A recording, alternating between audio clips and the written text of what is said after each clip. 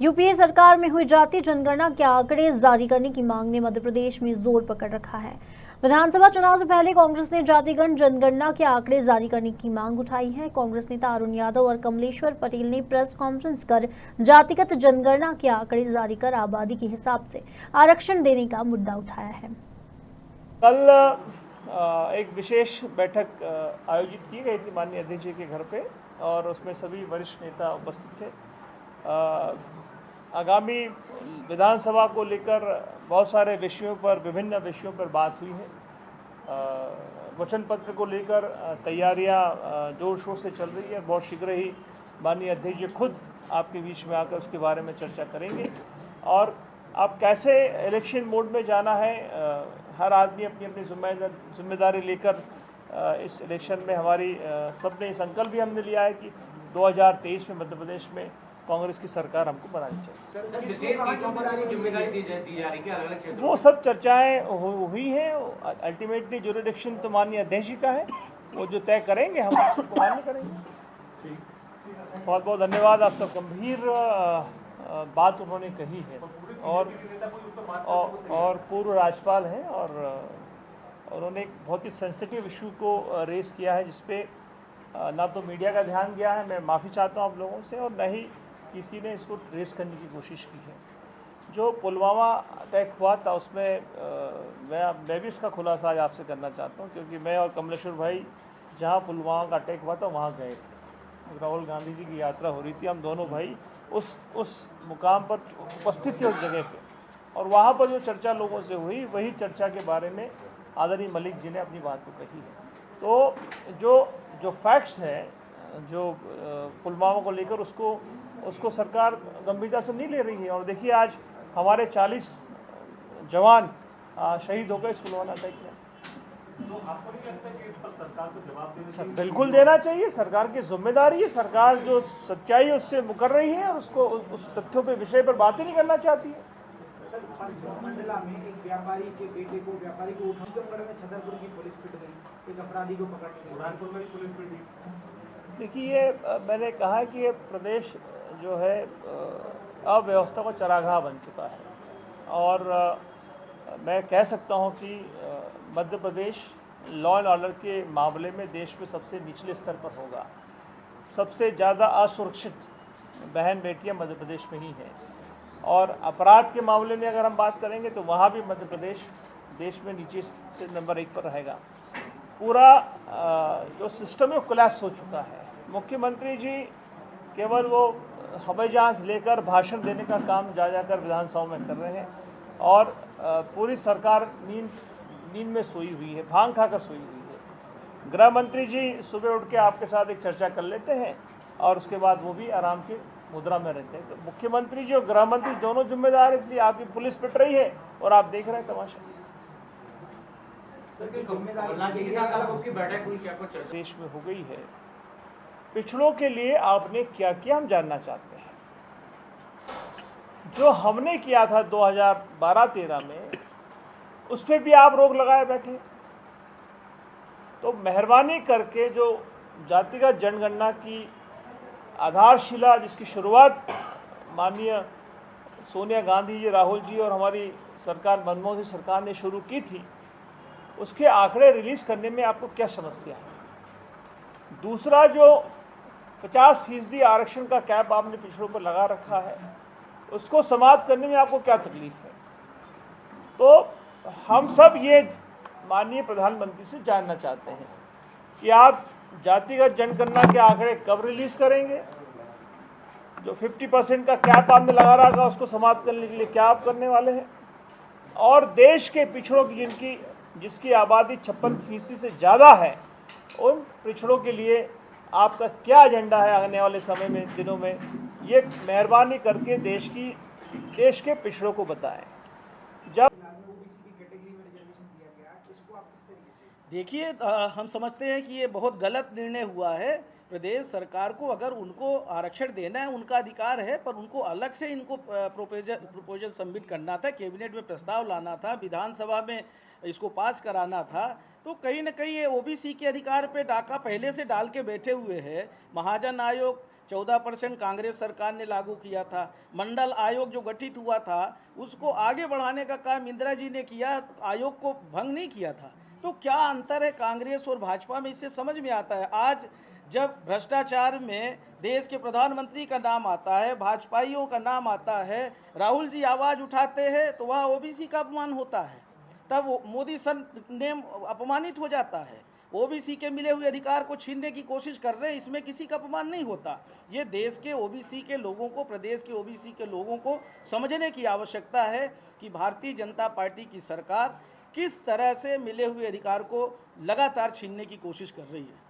कमलेश्वर जी, ये पिछड़ा तो रिपोर्ट दी है कि कितना विधानसभा वार, जिले वार कितने ओबीसी हैं, पंचायत वार तो फिर उसको सार्वजनिक क्यों नहीं कर रहे? क्या देखिए, इन्होंने जो डाटा दिया है वो भी महाजन आयोग के समय जो सर्वे हुआ था, जो रिपोर्ट तैयार हुई थी, वही डाटा चुरा के दिया। इन्होंने कोई भी सर्वे नहीं कराया, फेक डाटा सबमिट किया है और इनको संवैधानिक दर्जा भी नहीं है। पिछड़ा वर्ग आयोग जो पुराना था उसको इन्होंने क्यों भंग किया और कोर्ट में इन्होंने बंद ताला लगा के रखा है पिछड़ा वर्ग आयोग में। तो इनकी नीयत में खोट है।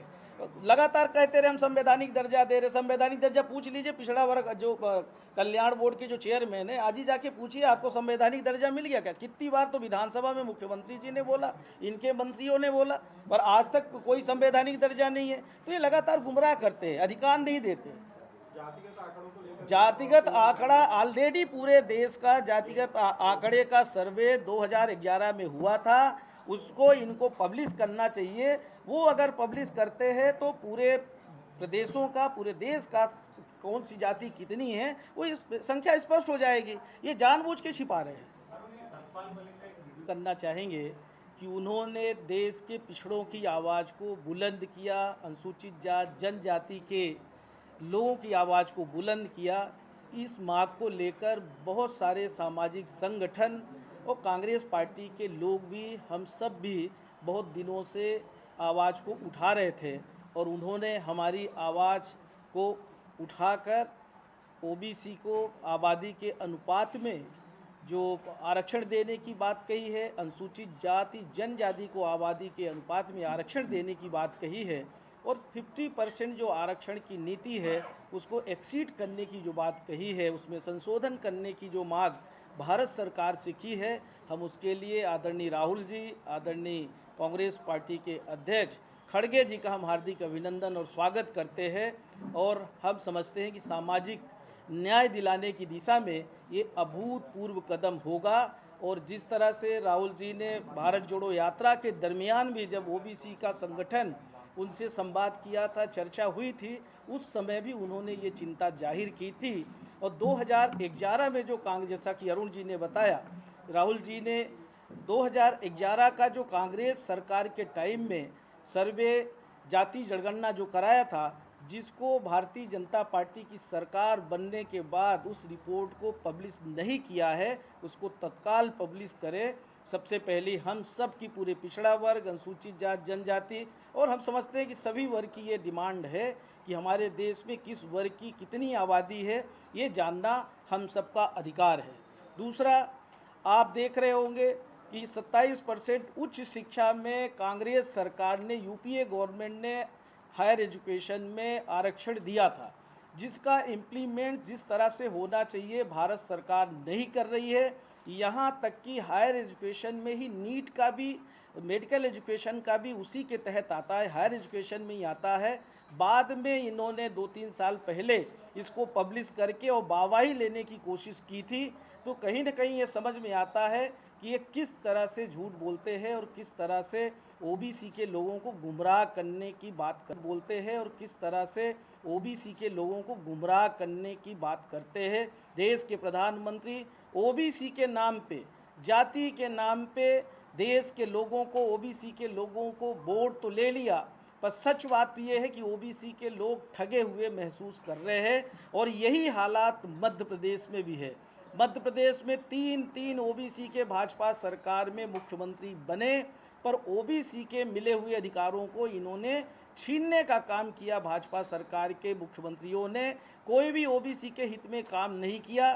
देखते देखते पंचायती राज का जो निकाय चुनाव का जो आरक्षण था, चाहे वो पंचायत चुनाव का है, चाहे निकाय चुनाव का जो आरक्षण था ओबीसी का, इन्होंने छीनने का काम किया।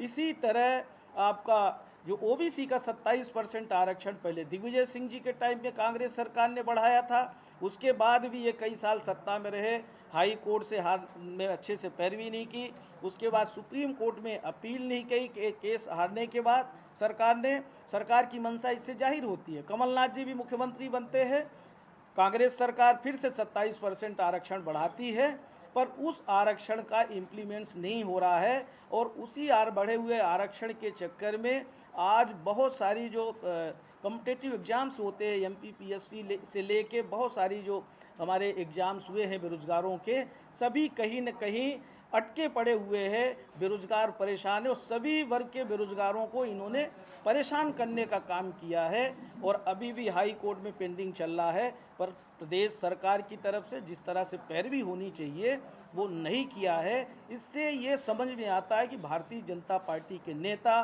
भाजपा सरकार में बैठे हुए लोग ओबीसी के, अनुसूचित जात जनजाति के हितैषी नहीं हैं, क्योंकि ना इन्होंने देश और प्रदेश में कोई सरकारी नौकरियों में भर्ती नहीं की है। अभी चुनाव नज़दीक आया है तो थोड़ा बहुत भर्ती करने की कोशिश कर रहे हैं, पर सिर्फ ये दिखावा है। जिस तरह का सामाजिक न्याय मिलना चाहिए, ये अनुसूचित जात जनजाति ओबीसी का मिला हुआ अधिकार छीनने का काम किया है, इनको न्याय देने का काम नहीं कर रहे हैं।